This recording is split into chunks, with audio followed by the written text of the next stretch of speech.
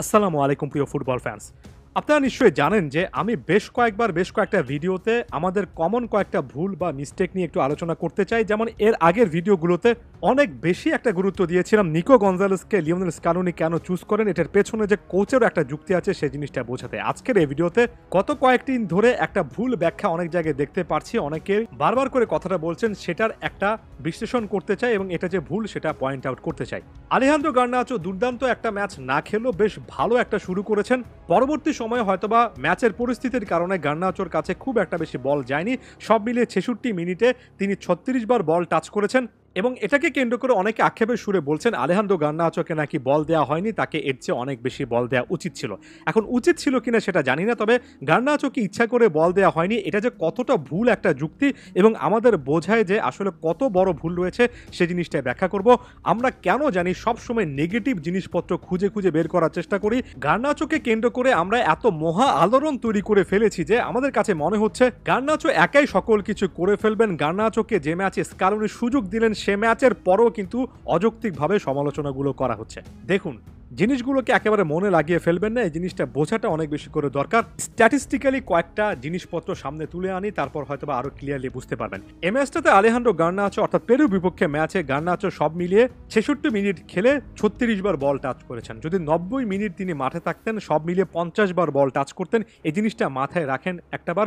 ৯০ মিনিটের হিসেবে তিনি হয়তোবা ৫০ বার এইভাবে খেলাটা চলতে থাকলে বলের দেখা পেতেন। লিওনেল মেসি কয়বার বলের দেখা পাচ্ছেন?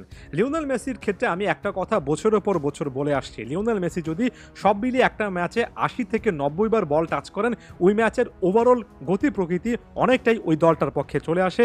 লিওনেল মেসি কোপা আমেরিকায় দুটো ম্যাচ খেলেছেন, দুটো ম্যাচে ৬৬ এবং ৬৫ বার বল টাচ করেছেন, অর্থাৎ গড়ে ৬৫, এটা হচ্ছে তার বল টাচের সংখ্যা। অর্থাৎ লিওনেল মেসিও কিন্তু গড়ে অন্যান্য সময়ের তুলনায় এই দুটো ম্যাচে বল টাচ কম করেছেন। আনহেল ডি মারিয়া কি অনেক বেশি বলের দেখা পেয়েছেন? সর্বশেষ ম্যাচটাতে অর্থাৎ পেরুর বিপক্ষে ম্যাচে একটু বেশি বলে দেখা পেয়েছেন, ৬৮ বার বলে দেখা পেয়েছেন, ৭৭ মিনিট মাঠে ছিলেন। যেহেতু লিওনেল মেসি ছিলেন না, তিনি আক্রমণের ফোকাল পয়েন্ট ছিলেন, এটা স্বাভাবিক ব্যাপার। তবে তিনি যখন উইঙ্গার হিসেবে খেলেছেন এর আগের ম্যাচে চিলির বিপক্ষে ১৭ ম্যাচে ১৪ বার এবং প্রথম ম্যাচে কানাডার বিপক্ষে তিনি সব মিলিয়ে ৪৮ বারের মতো বলের দেখা পেয়েছেন। গার্নাচো যেখানে একই টাইমে ৩৬ বার বলের দেখা পান, সেখানে ডি মারিয়া ৪৮ বার পান। এভাবে যদি আমরা কম্পেয়ার করি, খুব বেশি যে গার্নাচো বলের দেখা পাননি কিংবা বাকিরা যে অনেক বেশি বল পেয়েছেন ব্যাপারটা কিন্তু এমন নয়। আমরা হয়তোবা ওই সময়টাতে নির্দিষ্ট করে শুধুমাত্র গার্নাচোকে দেখতে চেয়েছি। আমরা বিশ্বাস করছি গার্নাচো অবিশ্বাস্য অনেক কিছু করে ফেলবেন। ফুটবলের দলীয় এফোর্ট বাদ দিয়ে আমরা অনেক সময় ব্যক্তি বিশেষকে কেন্দ্র করে এত বেশি অবসেস থাকি যে ওভারঅল গেম প্লেটাকেই একেবারে অগ্রাহ্য করি। হ্যাঁ, গার্নাচো ৩৬-এর জায়গায় আনহেল ডি মারিয়ার মতো ৪৫-৫০ বার বলটা টাচ করতে পারতেন। এখানে একটা বড় রকমের জিনিস আছে। গার্নাচো এ ম্যাচে সব মিলিয়ে ২১টা পাস খেলেছেন, তার মধ্যে ১৬টা পাস অ্যাকুরেট ছিল, অর্থাৎ পাসিং অ্যাকুরেসি ৭৬% ছিল। যে জায়গায় যে রোলটা প্লে করেছেন সেটার তুলনায় কিন্তু একটু কমই। যেমন আমি যদি নিকো গনজালেসের চিলির বিপক্ষে পারফরমেন্সটা, যেটা নিয়ে অনেক আলোচনা করেছি, সেটা আরও একবার নিয়ে আসার কোনো ইচ্ছা ছিল না। ওই পজিশনে কিন্তু নিকো গনজালেস ওই ম্যাচটা খেলেছেন।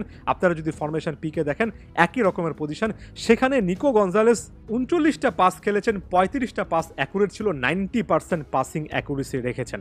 আর্জেন্টিনা যে স্টাইলে ফুটবল খেলে এটা কাউন্টার অ্যাটাক নির্ভর পুরোপুরি একটা সিস্টেম নয়। এখানে গার্নাচো 1 ভার্সেস 1 সিচুয়েশন খুব একটা বেশি পাবেন না, এটা একটা স্লো বিল্ড আপের খেলা। এখানে পাসিং অ্যাকুরেসিটা আরও একটু বাড়তি রাখতে হবে। শুরুর দিকে কিন্তু গার্নাচো অনেকগুলো বল পাচ্ছিলেন, তবে একাধিক প্লেয়ার এসে যখন তাকে ঘিরে ধরলেন তখন আস্তে আস্তে আর্জেন্টিনা যে জিনিসটা করলো, গার্নাচোর উপর অতিরিক্ত চাপ প্রয়োগ না করে নিকোলাস তাগলিয়াফিকো, নাহুয়েল মলিনা এই ফুল ব্যাকদেরকে উপরে উঠিয়ে এনে বারবার করে ডি মারিয়া, লাউতারো মার্টিনেজকে খোঁজার চেষ্টা করলো, যে কারণে তাগলিয়াফিকো এ ম্যাচে ৯০ বারের মতো বল টাচ করেছেন, নাহুয়েল মলিনা এ ম্যাচে ৮৭ বারের মতো বল টাচ করেছেন। এমনকি ডিফেন্ডার হিসেবে যারা ছিলেন সেই ওটামেন্ডিও প্রায় ৮০ বারের মতো, তার সঙ্গে থাকা পেজেলাও ৭০ বারের মতো বল টাচ করেছেন। এখানে প্রতিপক্ষ একটা সময় যখন প্রেশার সিচুয়েশন ক্রিয়েট করছিল তখন আর্জেন্টাইন ডিফেন্ডারদেরকে বারবার করে কিন্তু পাসিং ফুটবলে অংশগ্রহণ করতে হচ্ছে এবং ব্যাপারটা এতটা পরিষ্কার যে লাউতারো মার্টিনেজ দুটো গোল করেছেন, তিনি কিন্তু নাম্বার 9 হিসেবে স্টার্ট করলো। হিটম্যাপ বলছে অনেকটুকু নিচে নেমে এসেছিলেন, তিনি সব মিলিয়ে ৩৫ বার মাত্র, অর্থাৎ ৯০ মিনিট তিনি খেলেছেন।